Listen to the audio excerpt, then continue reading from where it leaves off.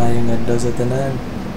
Gugno na punta ng emergency generator na mo kay man-mandar tayo. After 45 seconds. So, ato ning birahan sa na to ni pag-ayo. Pero talaban sa taning diagram dere.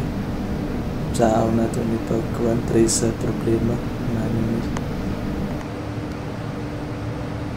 So sa pag-trace kaning 45 seconds gikan sa timer na 27 BT. So makita na nimo siya diri dayon kana ano say 27 BT. Atong sulayan guys sa bilis ani kay mo naman ni prospect na to nga problema. So mo ni bag-ong spare atong ilisan kung karaan. So dapat i-check pag nimo kung ang imong mga wirings markingan nimo siya para ini taod nimo ana di magkabaylo. Ato nagsugdag bira guys, bisa na to ning kuan karaan, pero careful lang gyapon taning pag ibot na to sa signal niya guys, kay ug mo kontak niya sa kuan kaning isa ka wire na may tendency mo lose contact siya, mo trigger na siya mo pa-start sa breaker. So alalay lang gyapon ta. Naibot na nato ang karahan guys, no? Medyo gipaningot kita kay init kay dare ba. So ato nang ning itaod pud ang bago guys.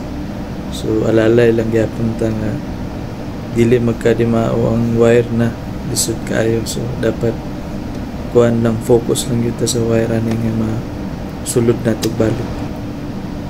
Galiso data ni connect guys kay ngano mubo mungguta nga kaning atong gitawuran medyo abug-abug gamay ba nang medyo hawoy na gid nako ang kamot ug tiila na.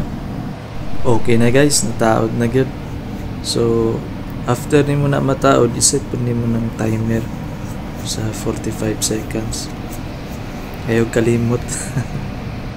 So ato na ning testingan kung okay ba niya itong gitrabaho.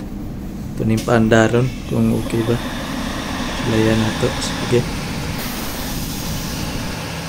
So nakita na to guys, no, nga ni andar na siya. So mo-count ni siya dapat nga timer 45 seconds. Ayha na mo palo ang breaker para sa load. Kaning ikaduha nga timer mao na siya. Kung ikaduha niya nga signal para mo-close ang breaker. Kung lang taon guys, kung okay na ba. Bali wala na ko ikat ang video ni guys kay para makita ninyo na 45 seconds gud siya. Tara guys, nakita na gyud. So kanay ikaduha nga timer mo ni pasabot nga ni sulod na ang breaker para sa load. So it means na transfer na ang power supply padulong sa load. So okay na ang problema guys, solved na. Ngisi na po natong ngipi ani. Daghang salamat sa inyong paglantaw. Ang pingkang tanan.